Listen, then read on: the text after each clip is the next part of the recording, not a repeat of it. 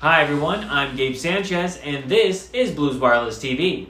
Today on the show, we talk with Raghu, a solutions consultant and account executive at Blues Wireless. He's joining us from the FDIC International Conference in Indianapolis, Indiana. How are you doing, Raghu? I'm great, Gabe. How are you? I'm doing fantastic. Would you mind introducing yourself to the folks at home? My name is Raghu Balijepalli. I'm an account executive at Blues Wireless. I've been in the IoT space for over 7 years now.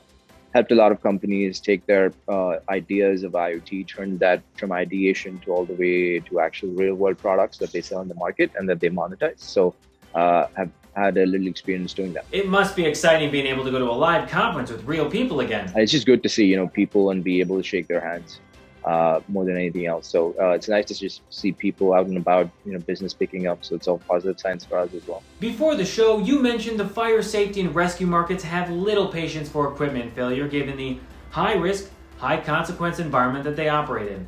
So it's important to ensure that equipment is maintained properly.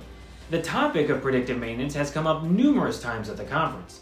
Would you mind explaining predictive maintenance to us? So predictive maintenance is, it's just an extension of remote monitoring or condition monitoring. Like the idea is the more intelligence you have on how your devices are performing in the field, you're just better equipped to make better decisions.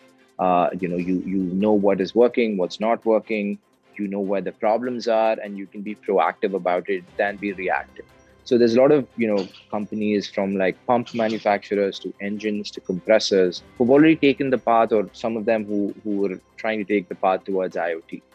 And it's really interesting when you look at the economics of it, right? Like if you're an OEM trying to build something, and if you sell through distribution channels, 9 times out of 10 you're not getting end customer information as the OEM, because you've made your money selling through the distribution network. But something as simple as warranty and when to enforce warranty, if it's not an internet connected product, you don't even know when to turn that switch on.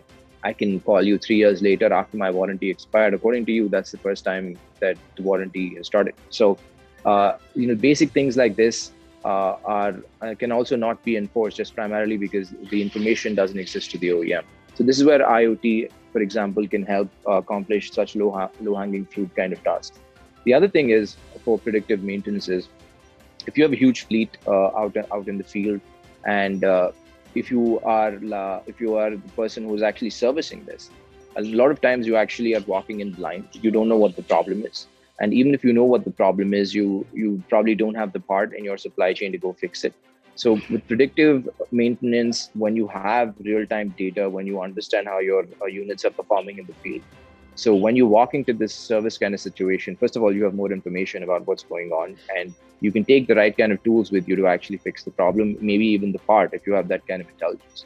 And it has a lot of effects upstream on your supply chain as well. Now you can go back to your suppliers, and if there's one thing that's breaking constantly, you can tell them, hey, why is this happening? So there's two things that happen here. First of all, you get more operationally efficient because your workforce is more optimized, because they're only going to where the problems exist. They're not just blindly going anywhere else. But you also have the ability to take this data and monetize it, whether you sell it to the people who are responsible for the service, you sell it back to the distributors, or you use it for consumer upsells. Maybe you sell directly to the customer. There's probably chemicals in there that you source that you can directly sell now. But more importantly, you gain real-time visibility on how your customers interact with your products, and there's some interesting marketing segmentation and market segmentation that comes through as well. So there's a lot of really interesting things you can do once you have the data. Why does Blues Wireless technology apply to predictive maintenance use cases for fire safety and rescue? So the biggest thing is Blues Wireless has a complete solution from edge to cloud, right? So we have the hardware, we have the connectivity, we have the cloud. If you're trying to do this by yourselves, and depends again on company to company and the resources where your core competence lies. If you're been like a mechanical company for a long time, it's really hard to become like electrical engineering focused, right? This thing takes a lot of money and a lot of overhead and a lot of vendor relationships to maintain to build a product successfully. I think what Blues really brings to the table is we've taken the hardest and repeatable parts of IoT and made it into one package, whether that's the hardware device, which we call the note card, for $49. You could try it out. You get 500 megabytes of data, so you really don't have to worry about like paying data fees. So we have the hardware figured out, the telecommunications figured out, and we work in 136 countries globally. So if you are selling in Europe or different parts of the world, more likely we support all of those areas. And we have the entire cloud infrastructure in place, right? For your data management, your SIM management, your over-the-air updates, and you have the ability to very easily route out the data to any endpoint. And it's all secure, it's all encrypted. So think about, just juxtapose that and think about if you have to do this yourself. You have to think about what kind of chipset, you have to think about what kind of telecommunication, you have to think about security, you have to think about like the cloud component, you have to think about where you need to store all of this stuff. So it really takes a lot of cross-functional engineering to get these things right. And I think we've established and actually built a product so that, first of all, you can get to market really quickly. You don't have to wait 2 years to do this. With Blues, you can have something in the market in less than 6 months, and you can do it rather efficiently and at scale, because we're very elastic.